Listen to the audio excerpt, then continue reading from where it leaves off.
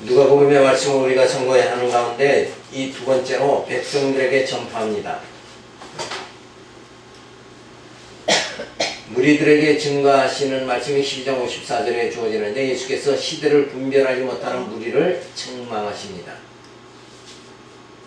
또 무리에게 이르시되 너희가 구름이 서에서 일어남을 보면 곧 말하기를 소나기가 오리라 하나니 과연 그러하고 남풍이 붐을 보면 말하기를 힘이 더우리라 하나니 과연 그러하니라. 외식하는 자여 너희가 천지기상 분별할 줄을 알면서 어찌 이 시대는 분별치 못하느냐. 또 어찌하여 옳은 것을 스스로 판단치 아니하느냐. 내가 너를 고소할 자와 함께 법관에게 갈 때에 길에서 화해하기를 심쓰라. 저가 너를 재판장에게 끌어가고 재판장이 너를 관속에게 넘겨주어 관속이 옥에 가둘까 염려하라. 내게 이르노니 허리라도 남김없이 갚지 아니하여서는 결단코 저기서 나오지 못하리라 하시느니라. 자, 기상은 분별하면서 만약에 남편이 불면 심히 더우리라 하며 천지기상은 분별을 하게 되어지죠. 그런데 이 시대는 분별하지 못하느냐. 여기서 말하는 이 시대는 어떤 시대를 말하는 거예요? 이제 예수님이 오셨죠. 그래서 복음 시대가 열린 거예요. 그런데 그 이전에 바로 이전에 시대는 뭐냐? 율법 시대란 말이에요. 그러니까 율법 시대가 지나서 이제는 복음 시대가 예수님 오셔서 천국이 가까이 왔느니라 하시면서 이제 복음 시대가 시작이 되어졌어요. 자, 그런데 왜 시대를 분별하지 못하느냐? 이 하시는 말씀이 뭐냐면, 자, 율법이라는 것은 뭐예요? 정죄하는 거죠. 율법 앞에 가면은 폭군 남편인 율법 앞에 가면 두들겨 맞습니다. 정죄받아서 죽어야 되는 거예요. 그래서 그 폭정에 시달리면서 여지껏 살았어요. 율법의 무거운 짐에 매여서 여지껏 살았는데, 그래서 율법을 지켜가지고 의롭게 되면은 율법에 정죄하면서 벗어나죠. 그래서 그 율법을 지키면서 매 안 맞으려고, 율법에 정죄함을 안 맞으려고 노심초사 살던 그런 생활을 하지만은 뭐예요? 결국은 율법 전부 지키지 못하죠. 여기서 말하면 홀이라도 남김없이 갚지 아니하여서는 결단코 거기서 나오지 못하리라. 율법에 정죄하면서 율법을 만약에 10계명이 10이다. 그러면 1계명만 그 중에 하나만 어겨도 뭐예요? 율법을 다 어긴 거다 이거예요. 자, 그런데 이들은 어떻게 되냐면 이때 상황은 장로의 유전이라는 게 또 있죠. 율법 외에도 장로의 유전이 356개가 있었단 말이에요. 그걸 다 지켜야지 정죄함을 안 받는 거예요. 자, 이런 엄청난 홀이라도 남김없이 다 지키지 않으면 정죄받을 수 없는, 율법의 하나라도 어기면 정죄받을 수밖에 없는 그런 상황 속에서 복음 시대에 살던 너희가 이제는 예수님이 오셔서 복음 시대가 와서 예수님이 오셨으니까 복음 시대죠. 그래서 이제는 뭐예요? 율법에 뭘 지키지 않아도 뭐예요? 예수님이 너희 죄가 주홍 같을지라도 내가 양털같이 다 씻겨주겠다. 그렇게 해서 이 복음 시대에는 진짜 국률함을 받을 수 있는 때가 왔는데도 불구하고 사람들은, 이때 당시 사람들은 뭘 계속 지키려고 그러는 거예요? 율법을 지키려고 그런다. 복음 시대가 왔어요. 은혜 시대가 왔어요. 그러면 주님의 은혜 가운데서 다 우리의 행위의 모순성을 뭐예요? 허물을 용서받고 편안하게 하나님을 경외하면서 살아야 되는데, 예수님이 오셨는데도 불구하고 율법 시대에 율법을 지켜가지고 의롭게 되려고 막 그냥 그렇게 살다가 또 맨날 율법에 의해서 뭐예요? 두들겨 맞고 만신창이가 되고 이렇게 살아가니까 예수님께서는 너희가 왜 시대를 분별하지 못하느냐, 이런 말씀을 해주는 거예요. 그러니까 날씨의 분별이 아니라 진짜 이제는 정죄받지 않고도 살 수 있도록 하나님의 사랑으로 예수님이 오셨는데 그 예수를 영접하고 너희가 하나님 그 사랑 속에, 긍휼 속에, 은혜 가운데 살면은 두들겨 맞을 일이 없는데, 왜 너희들은 좋은 남편이 왔는데도 불구하고 어딜 가요? 폭군 남편한테 가가지고 맨날 왜 두들겨 맞느냐. 그건 시대를 너희가 분별하지 못해서 그렇다. 이걸 이 말씀에서 가르쳐 주는 거예요. 너희를 보수할 자와 함께 법관에 갈 때의 길에서 화해하기를 힘쓰라. 저가 너를 재판정에 끌어가고 재판정이 너를 관속에서 넘겨주고 관속이 옥에 가둘까 염려하라. 그러니까 율법은 계속 우리를 정죄해버리는 거예요. 근데 미련하게 율법 앞으로 간단 말이에요. 우리는 율법 앞에 갈 것이 아니라 어디 가요? 주님 앞으로 나가야 된다. 그래야 우리의 모든 행위의 허물을 다 감싸임을 받고 그 하나님 사랑에서 우리를 뭐예요? 우리가 연약하니까 누구를 통해서 성령을 통해서 또 힘을 얻고 살아갈 수 있도록 이렇게 만들어 주신다.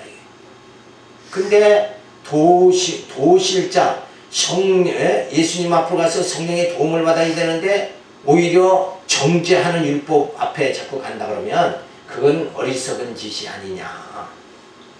그래서 예수님이 오셨는데 바리새인들은 예수를 영접지 않고 뭐예요? 내가 율법을 이만큼 율법 지켜서 어렵다. 이러고 외식주의자, 가식주의자가 돼서 살아가는 거예요. 심판의 시대가 다가오는데도 분별하지 못한다. 그러니까 결국은 율법 앞으로 자꾸 가서 의독 터지다가 이제 예수님이 마지막 심판할 때는 완전히 멸망당해버리고 만다. 너희가 회개하고 돌아와서 예수를 영접해라. 여기서 화해하라 하는 말씀 뭐예요? 화해하라. 예수를 영접해라. 그러지 않으면 너희가 다 폭군 남편에게 다 두들겨 맞아 죽게 된다. 홀이라도 율법이 정죄하면서 벗어날 자가 하나도 없다. 그러니까 율법을 온전히 지키지 않으면 정죄받을 수밖에 없어요. 만약에 내가 살인하지 않았다 할지라도 뭐예요? 음욕 때문에 가늠했다 그러면 뭐예요? 그거는 돌에 맞아 죽어야 된다. 음란한 자가 나는 살인 안 했다, 나는 돌에 맞을 이유가 없다 그렇게 변명할 수 있느냐? 그건 아니란 말이에요. 음행한 용고로 돌에 맞아 죽어야 돼요. 살인은 안 했더라도. 그러니까 율법 전부를 지킨다는 것은 결국은 어렵다. 예수님께서 뭐라고 그랬어요? 형제를 나가라는 자마다 다 뭐예요? 살인자다 그랬어요. 그러니까 뭐가 있으면 살인자예요? 우리 속에 미움이라는 요 죄성이 있으면 다 살인자가 돼버리고 도둑놈이 돼버리고 만다. 근데 요 죄성 자체를 갖다 소멸해 주실 분이 누구냐? 예수님밖에 없어요. 그래서 성령이 우리 속에 있는 육신의 소욕을 다 소멸시키지 않는 한 우리는 이 본능에서 벗어날 수 없고 죄성에서 벗어날 수 없다. 그런데 예수님이 오셔서 우리의 모든 죄성을 다 소멸시켜 주신다. 그래서 하나님 나라를 증거하면서 하나님 나라를 전파하면서 백성들에게 전파하자. 무리에게 증거하기를 예수께서 시대를 분별하지 못하는 무리를 책망하십니다. 너희가 왜 분별하지 못하느냐? 분별이라는 게 뭐예요? 이것이 옳은지 이게 옳은지 이걸 가려내는 거예요. 내가 판단을 하는 거죠. 근데 이 시대는 판단력이 없는 거예요. 진짜 하나님을 기쁘시게 해야 되는지 사람이 자기가 기뻐하는 생활을 하는지 신앙생활 하면서도 자기 기쁘게 하는 생활을 하면 안 된다. 그래서 하나님은 무조건 내게 뭐 주시는 분이로만 생각하고 이렇게 하고 간구하면 그건 제대로 하나님을 알지 못하는 거죠. 천지의 기상은 분별하면서 심판의 시대가 다가오는 것을 분별하지 못한다 하시며 책망을 하십니다. 자, 그래서 계속 율법 신앙을 가져서 살다 보면 결국은 심판을 받아 멸망당하고 만다. 그런데 뭐예요? 복음 신앙을 가지면 하나님께서 예수 그리스도를 통해서 허다한 허물을 다 감싸 주신다. 그래서 모든 이 사망 권세를 다 물리쳐 주시는 분이 누군가? 바로 예수님이다.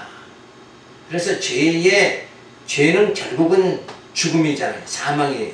근데 우리는 그 사망에서 예수님이 우리를 건져 주셨으니까 율법에 다시는 뭐예요? 정죄 받지 않는다. 그래서 예수 그리스도 안에 정죄함이 없느니라. 이렇게 우리에게 큰 하나님의 사랑을 베풀어 주셨어요. 그런데 그 주님을 영접하지 않고 그 주님이 말씀하시는 그 말씀 속에서 우리가 살지 않는다 그러면 결국 우리는 율법으로 자꾸 가서 그냥 스스로 함정에 빠져서 죽는 거다 이게. 그래서 죄인은 스스로가 자멸하는 거다. 죄 지은 자는 결국은 자멸하는 거예요. 누가 죽이는 것도 하나님 죽이는 것도 아니고 스스로 자멸해버리고 마는 거예요. 그 자신의 그 죄성 때문에. 그렇게 하나님은 하늘의 지혜로 모든 악인들을 다스린다 하는 것을 우리가 알 수가 있잖아요.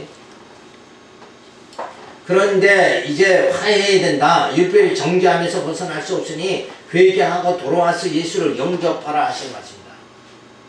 너희가 이제는 화해해야 된다. 에?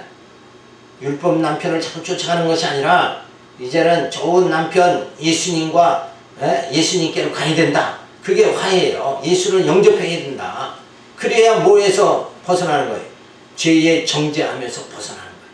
그래서 우리는 자유하게 되는 거예요. 자유하는 여자가 되어져야 된다. 자유로운 교회가 자유하는 교회가 되어져야 된다. 이렇게 우리는 말씀하시는 화해하라 하는 말씀을 생각할 수가 있어요. 그래서 너를 고수하는 율법과 함께 거하며 자꾸 정죄함을 받는다면 죄를 마실 때 주님의 심판밖에 또 무엇이 주어지겠느냐. 지금도 율법의 정죄함을 계속 받다가 결국은 뭐예요? 예수님 오시면 마지막 심판에 의해서 멸망당하고 만다. 그러니까 이제 두들겨 맞으면 정신 좀 차려야지. 복근 남편에서 이제는 우리는 벗어나야 됩니다.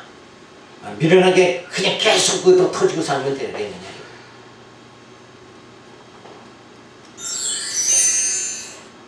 13장 1절서부터 5절을 보면 당시 일어난 사건을 예로 들어서 회개를 촉구합니다. 그때 마침 두 사람이 와서 빌라도가 어떤 갈릴리 사람들의 피를 저희 제물에 섞은 일로 예수께 고하니 대답하여 가라사대 너희는 이 갈릴리 사람들이 이같이 해받음으로써 모든 갈릴리 사람보다 죄가 더 있는 줄 아느냐. 너희가 이르노니 아니라 너희도 만일 회개치 아니하면 다 이와 같이 망하리라.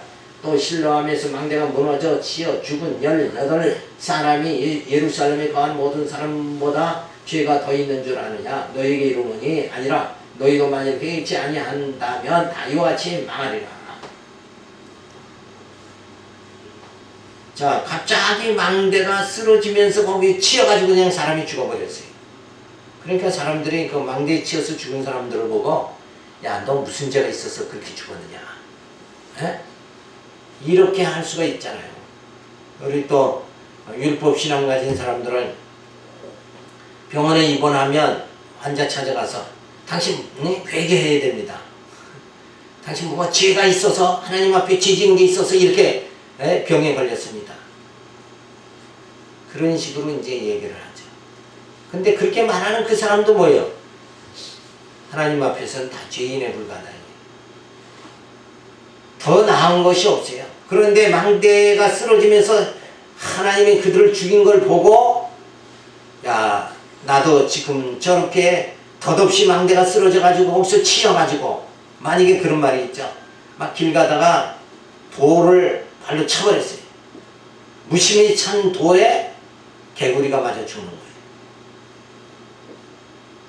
마찬가지로 그 현상이죠. 망대가 갑자기 뜻없이 쓰러져서 사람이 죽었다. 그걸 보고 우리가 깨달을 수 있는 게 뭐예요? 나도 이 죄 가운데 있다가 갑자기 죽으면 무서운 심판을 받지 않겠는가. 그러니까 우리는 뭐예요? 그 망대에 쓰러진 그 사람들 보고 야, 그 사람은 죄가 많아서 죽고 나는 의롭다 이렇게 생각하는 것이 아니라 나도 정말 죄 가운데 있다가 저렇게 갑자기 죽게 된다 그러면 내가 과연 천국에 갈 수 있을까? 경성하라는 거예요. 경성. 그것을 보면서 그러면서 누구를 영접해야 돼? 예수님을 영접해야 되지 않겠느냐. 이미 아담의 후손이 이게 죄가 많고 적은 것에 따라 망하는 것이 아니라 회개하고 돌아와서 예수를 영접하느냐에 따라 망하는 것이다. 예수를 영접하면 구원이고 예수를 배척하면 멸망입니다. 망대에 갑자기 망대가 쓰러지면서 죽은 사람, 그 사람 보고 쾌감을 느끼는 것이 아니라 나도 마찬가지다. 나도 예수 영접하면 다 저렇게 망대가 쓰러져 갑자기 죽은 사람과 같이 그렇게 처참한 상황에 빠질 수밖에 없다. 그래서 사람을 죽이고 살리는 그 모든 주권이 하나님께 있으니까 우리는 늘 먼저 뭐 해야 돼? 주님을 영접해야 된다. 예수가 그리스도를 믿는 믿음이 망하지 않고 사는 길이다. 이거를 우리가 깨달아야 돼.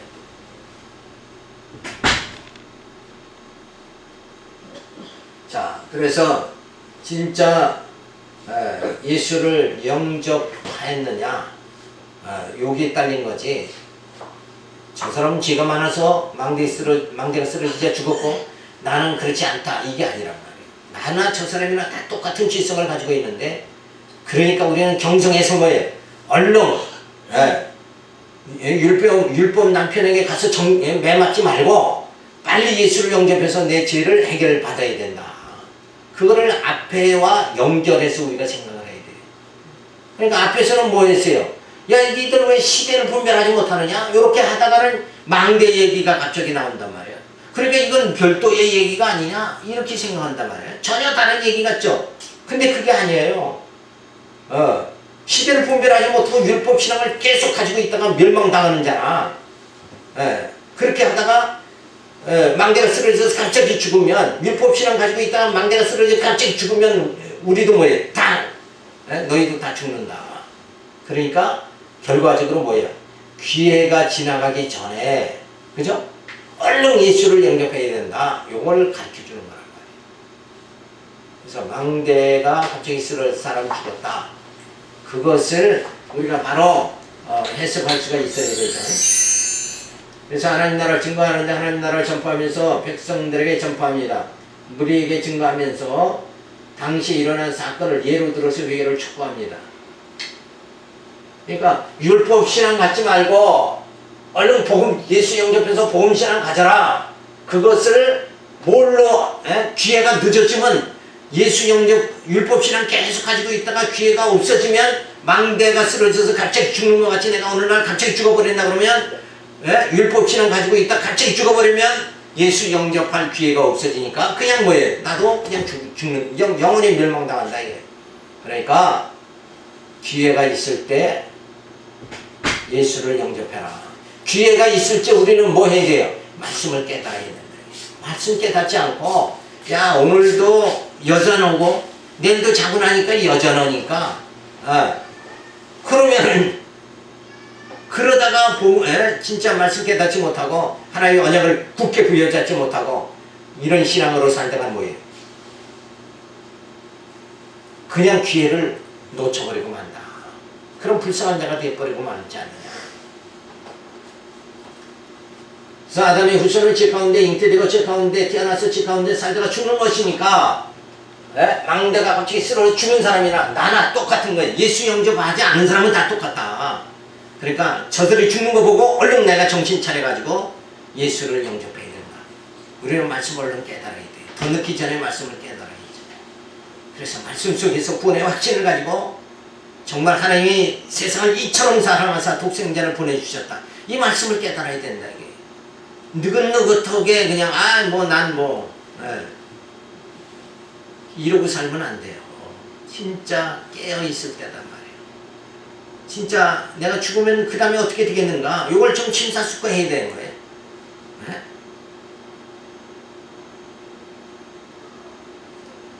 그래서 기회가 지나간다. 기회를 찾아야 된다 하는 것을 말해주죠. 그래서 회개하라고 그랬어요. 인간이 주인임을 깨닫고 회개하고 돌아와서 예수를 믿어야 망하지 않는다. 그래서 우리는 늘 어디 가면 지혜를 얻는다고 그랬어요. 초상집에 가면 지혜를 얻는다. 우리가 이렇게 분주하게 살다 보면 내가 죽는다는 생각을 잊어버리는 거예요. 젊은 사람들은 내가 지금 젊다는 생각에 뭘 잊어버려요? 늙으니 내가 늙는다는 걸 잊어버리고 살아요. 젊은 사람들은. 한 20대한테 가서 물어봐요. 늙는 게 뭐냐? 이거 실감이 저들은 안 나요. 그렇잖아요.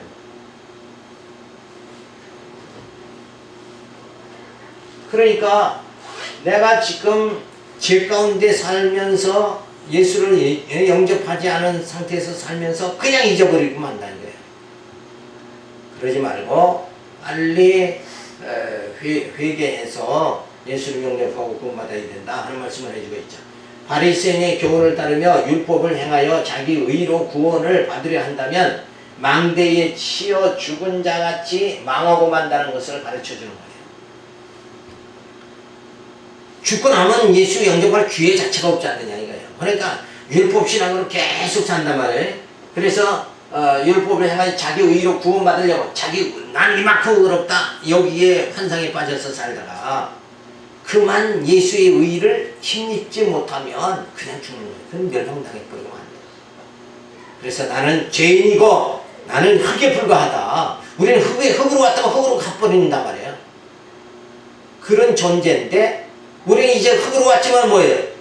아버지 품에 안긴다. 하나님께로 간다.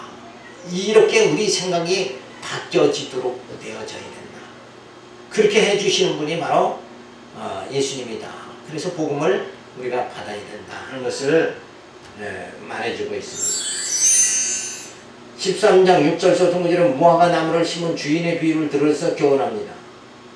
이에 비유로 말씀하시되 한 사람이 또 포도원에 무화과 나무를 심은 것이 있더니 와서 그 열매를 구하여서는 얻지 못한지라 과언지기에게 이르되 내가 3년 와서 이 무화과 나무의 실과를 구하되 얻지 못하니 찍어버리라 어찌 땅만 버리느냐 대답하여 가로되 주인이여 금년에도 그대로 두소서 내가 두릅하고 거름을 줄이니 이후에 만일 실과가 열면이오니와 그렇지 않으면 찍어버리소서 하였다 하시느니라.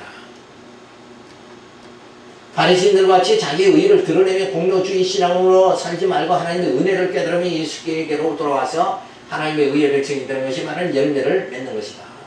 그런데 열매를 맺으라니까 전도의 열매를 맺어야 한다고 협소하게 생각하는 것은 소탐대실인 것이다. 그러니까 여기서 말하는 뜻이 뭐냐면 예수님이 이 땅에 오셨는데도 바리새인들은 계속해서 율법의 의로 내가 의로워진다. 그리고 예수를 영접하지 않는단 말이에요. 자기 의로 구원받으려고 하는 자들, 자기가 뭐 된 줄 알고 이렇게 살아가는 자들, 이런 자들은 결국은 뭐예요? 계속 무화과 나무에 실과가 열릴 줄 알고 3년을 기다렸는데 그래도 열리질 않으니까 찍어버리겠다 하니까 1년만 더 기다려주세요. 그랬는데도 또 1년 기다리는데도 계속 율법신앙만 지키고 있다 그러면 그건 이제 멸망당할 수밖에 없다. 더 이상 기회가 주어지지 않는다. 그러니까 우리가 배척해야 될 것이 뭐예요? 우리 신앙이들 배척해야 될 것이 뭐예요? 버려야 될 것이 뭡니까? 그게 율법신앙이에요. 네? 그리고 또 뭐 버려야 돼요? 적그리스도를 버려야 되죠. 배척해야 되죠. 그런 거 다 배척해버려야 돼요. 버려야 돼요. 버려야 돼. 버릴 것을 안 버리고 부여잡고 있으니까 구원받을 기회가 없어지고 만다. 아무리 기다려도 3년을 기다렸는데 또 1년 또 기다린다. 그래도 열매 안 맺는다. 그래도 뭐예요? 3년을 기다렸는데 예수님이 공생애가 3년이죠. 예수님이 오셔서 3년 동안 지켜봐도 여전히 바리새인들은 뭘 쫓아갔어요? 율법의 의의를 쫓아갔단 말이에요. 그래도 1년간 더 기다려주세요. 그 1년 동안에 어떤 상황이 벌어져요? 성령이 오시는 거예요. 그죠? 예수님이 공생이 3년 끝나고 예수님이 승천하시면서 다락방에 성령이 오죠. 그 1년 그래도 성령이 왔는데도 저들이 율법의 의의를 쫓아간다 그러면 그땐 찍어서 버려야 된다 이거예요. 그걸 말하는 거예요. 그걸 얼마나 재밌어요. 그렇죠? 예수님은 공생애가 3년인데 3년 동안 기다려도 이건 복음신앙을 안 갖고 율법신앙을 갖는다. 자기 의의를 막 드러내요. 그러니까 그 다음에 1년 동안에 누가 성령이 오시는데 그 성령이 오셨는데도 그래서 뭐라 그랬어요? 성령을 회방하는 자는 구원받지 못한다. 그 말씀이 나오는 건 예수님도 배척하고 성령도 배척하는 자는 도저히 구원받을 수 없다. 그걸 말하는 거란 말이에요. 그러니까 성령이 회방한다 그런 것이 뭐 박수 치지 말라, 뭐 하지 말라 이런 걸 얘기하는 게 아니고, 그렇죠? 율법 바리새인들 예수님이 왔는데도 예수님 오셔서 3년이 됐는데도 뭐예요? 율법신앙 자기 우위를 막 드러나잖아요. 거룩한 척하고. 진짜 거룩한 자는 뭐예요? 예수님인데 속에는 막 탐욕이 가득 차면서도 두 손 들고 거룩한 자. 그래도 1년 더 기다려 주세요. 성령이 오면 혹시 저들이 또 회개할지 모릅니다. 근데 성령이 와도 여전히 회개를 안 하는 거예요.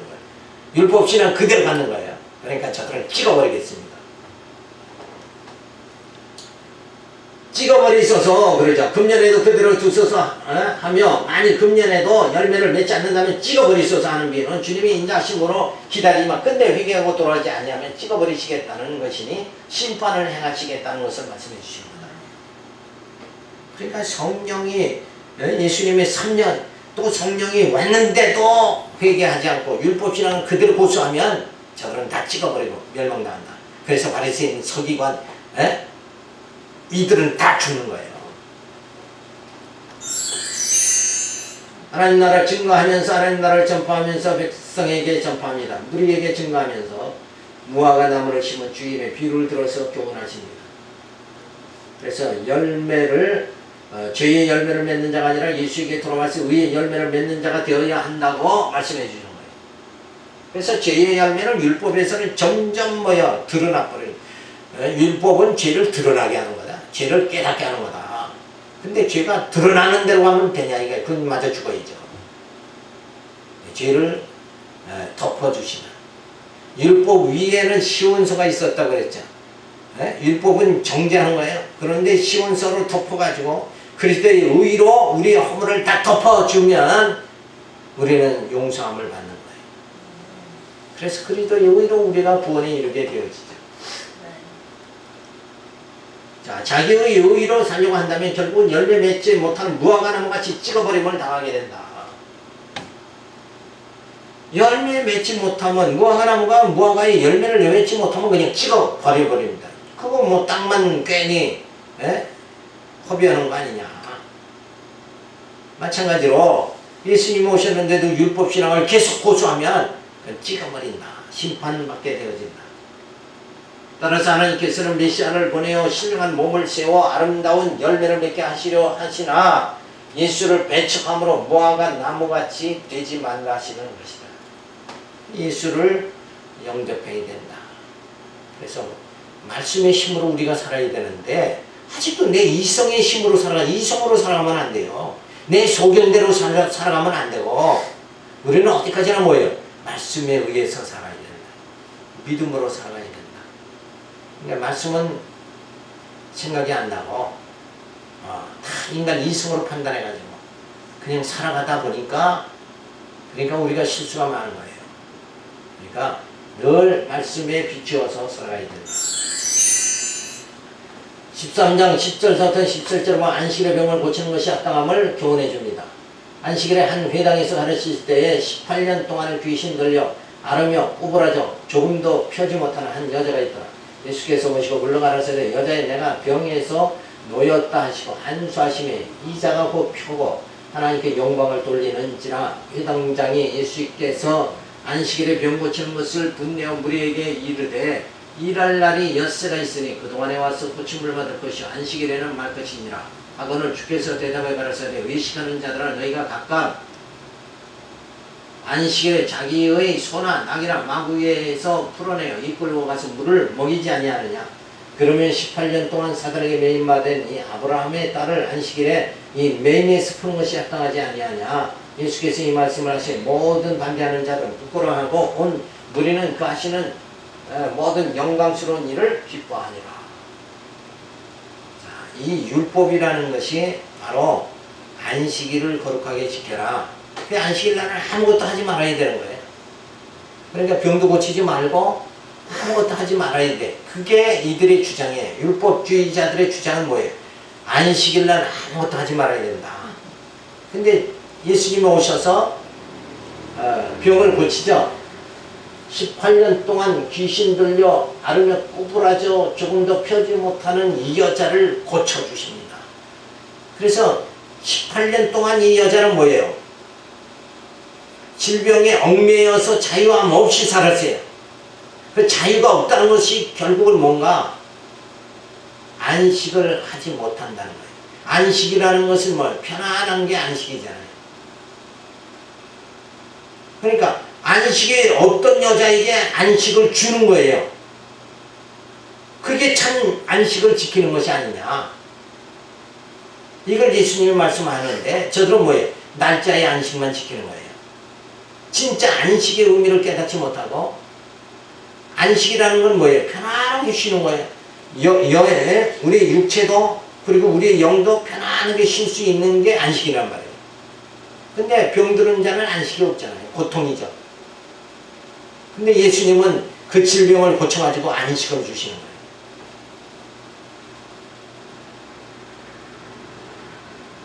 자, 그래서 안식의 의미를 바로 가르쳐 주죠. 그래서 율법의 날짜의 안식은 자꾸 사람을 뭐예요? 얽매이게 하는 거고, 예수 안에서, 참복음 안에서 안식은 뭐예요? 자유함을 주는 거다. 그래서 뭐든, 만약에 예수 믿어서 우리가 모든 죄에서, 질병에서, 사망에서 벗어나게 하는 게 뭐예요? 그게 자유예요. 그게 안식이다. 그게 진정한 안식이다. 죽음의 고통에서 벗어나게 하는 거, 그게 참 안식이다. 근데 예수님은 그 죽음의 사망 권세를 다 물리치시고 우리를 그 사망의 무서움에서 그 고통에서 우리를 자유함을 받게 해주신다. 그래서 참 자유는 그런 모든 고통을 없애주는 겁니다. 벗어나는 거죠. 자, 귀신 들려 구부러져 죽음도 피우지 못하는 여자를 고쳐주심으로 육신의 안식을 취하게 하시는 것이 안식일을 지키는 것이고, 우리에게는 죄사함 받게 하사 영적 안식에 거하게 하시는 것이 안식일을 지키게 하시는 것이다. 그래서 원래 안식일이 토요일이잖아요. 근데 우리는 주님의 날, 주일을 지키죠. 이것만 보더라도 진짜 안식이라는 것은 뭐냐? 그 날짜, 형식의 안식, 그게 아니라 진짜 영적 안식이 우리에게 주어져야 된다. 그래서 예수님이 부활하신 날, 정말 부활의 아침, 우리는 모든 사망의 얽매임에서 자유함 받자 안식을 누리게 되죠. 그래서 우리가 주일을 지키며 주일날 하나님께 예배를 드리게 되어지는 거죠. 자, 하나님 나라를 증거하면서 하나님 나라를 전파하는데 백성들에게 전파합니다. 우리에게 증거하시면서 안식일에 병을 고치는 것이 합당함을 교훈해 주십니다. 그래서 육적 안식이 뭐냐? 귀신 들려 구부러져 조금 더 피우지 못하는 일을 고쳐주심으로 육체적 안식을 주시죠. 그런데 우리에게는 뭐예요? 영적 안식을 주시려고 예수님이 오셨다.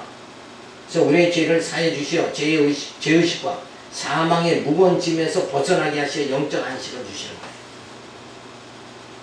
죽음이 우리를 엄습하지 않도록, 어두움이 우리를 엄습하지 않도록 그렇게 해 주셔서 예수님 우리로 하여금 뭐예요? 자유함을 있게 만들어 안식에 들어갈 수 있도록 만들어 주셨다. 그래서 참 안식은 뭐냐? 사망 권세가 없는 하나님의 나라, 그 나라는 안식의 나라다. 자, 그런데 자꾸 율법 신앙, 율법의 안식을 얻으려고 그러면 안 된다. 따라서 하나님의 나라가 임하니까 귀신의 나라는 물러가게 되는 것이니 하나님 나라로 오신 예수님만을 믿고 의지함으로 참 영적 안식에 들어가야 된다. 그래서 바리새인들은 예수를 영접하지 않고 계속 율법의 의를 지켜, 율법을 지켜 의로워지려고 그렇게 하는데 그 자체가 뭐예요? 실현 불가능한 것이다. 그래서 율법에 계속 정죄함을 받고 안식을 취하지 못해. 그러나 예수님이 오셔서 예수님을 영접하면 우리가 모든 우리의 허물을 다 예수님이 용서해 주시고 사해 주시죠. 그래서 참 영혼의 안식에 들어가게 되어진다. 그래서 예수 믿음은 육신이 잘 되는 거, 이게 아니라 영혼이 잘 되는 거란 말이에요. 영혼. 그래서 영적 안식에 들어갈 수 있는, 그래서 심령의 평안함, 이것을 우리가 받아야 됩니다. 자, 13장 18절부터 21절에 보면 겨자씨 비유로 하나님 나라에 대하여 교훈하십니다. 그러므로 가르쳐되 하나님 나라가 무엇과 같을꼬 내가 무엇으로 비할꼬 마치 사람이 자기 채전에 갖다 심은 겨자씨 하나 같으니 자라 나무가 되어 공중의 새들이 그 가지에 깃들였느니라. 또 가라사대 하나님 나라 무엇을 비유 여자가 가루 성알 속에 갖다 넣어 전복 부풀게 한 누룩과 같으니라 하셨더라. 자, 겨자씨가 나무가 되어 씨가 깃들이게 되는 것과 같이 말씀이 씨로 오신 예수님을 통하여 하나님의 나라가 왕성해지며 그의 지체들이 번성할 것을 말씀해 줍니다. 자, 이 말씀을 해주시는 이유가 뭐냐면 지금 예수님 당시에는 다 모든 사람이 무슨 신앙 가졌어요? 율법 신앙 가졌다는 거예요. 그러니까 마치 율법 신앙자가 우월한 것 같이 생각하지만 그거는 정죄함 받는 거잖아요. 그런데 예수님은 많은 사람들이 영접지 않았죠. 그러더라도 예수님 나라를 뭐예요? 왕성해진다. 예수님은 승리한다. 이거를 무슨 비유로? 겨자씨 비유, 누룩의 비유로 말씀해 주는 거예요. 그러니까 예수 믿는 사람은 이 땅에서 약한 것 같으나 실상은 뭐예요? 하나님 나라를 들어가서 영생함을 받게 되면 그때 온전한 승리가 주어진다. 예수 믿는 자가 강자다. 이걸 말해주는 거예요. 그러니까 예수 믿는다고 의기소침해 있지 말고 진짜 이 귀한 생명의 복음을 받았다는 걸 감격해야 된다. 감사해야 된다 하는 것을 말해주잖아요. 그래서 누룩의 비유입니다. 누룩이 부풀게 되듯이 예수님을 통하여 신령한 복음이 전하여지면 그의 몸된 교회가 왕성해질 것을 비유로 말씀해 줍니다. 자, 복음은 승리한다. 이게.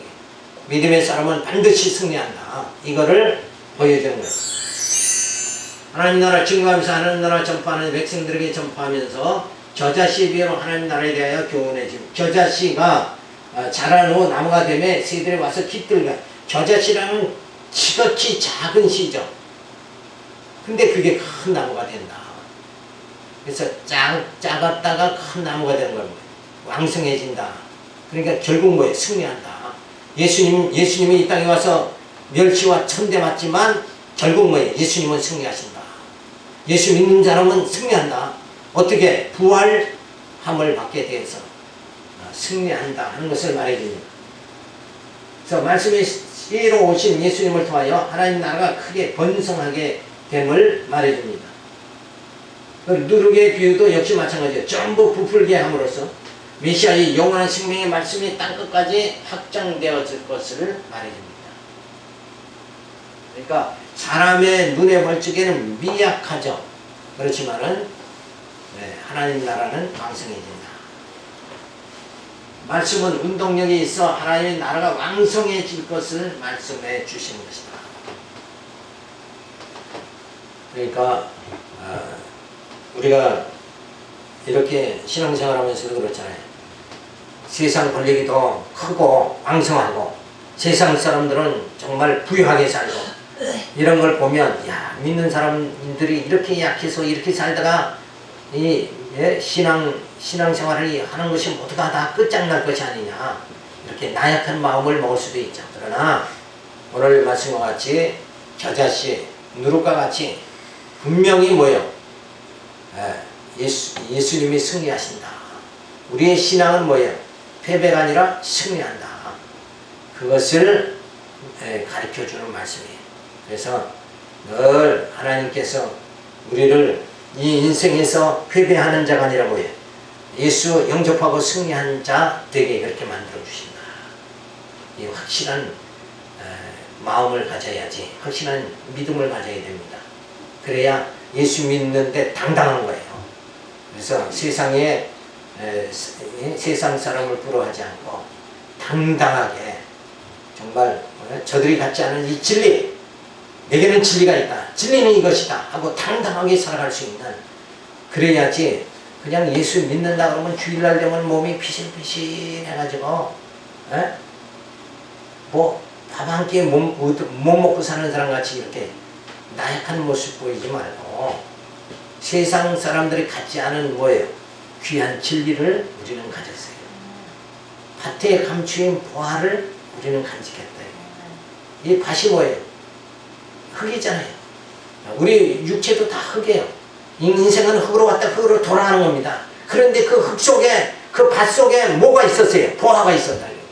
그 밭 속에 예수님이 있었어요. 예수님이 이 땅에 오셨어요. 우리는 그 보화를 발견한 거예요. 그러니까 우리는 영적으로 승리한다. 이 담대함을 가지고 사람 숫자 보지 말고 건물 보지 말고 진짜 예수 부활 이것만 우리가 생각하면서 반드시 영적으로 승리한다. 이런 믿음을 가지고 한 주간을 힘있게 사시기 바라와서 오늘 말씀드렸습니다. 기도합니다. 할렐루야 감사를 드립니다. 믿음의 사람은 결코 이 세상에 패배하지 않고 또 율법 신앙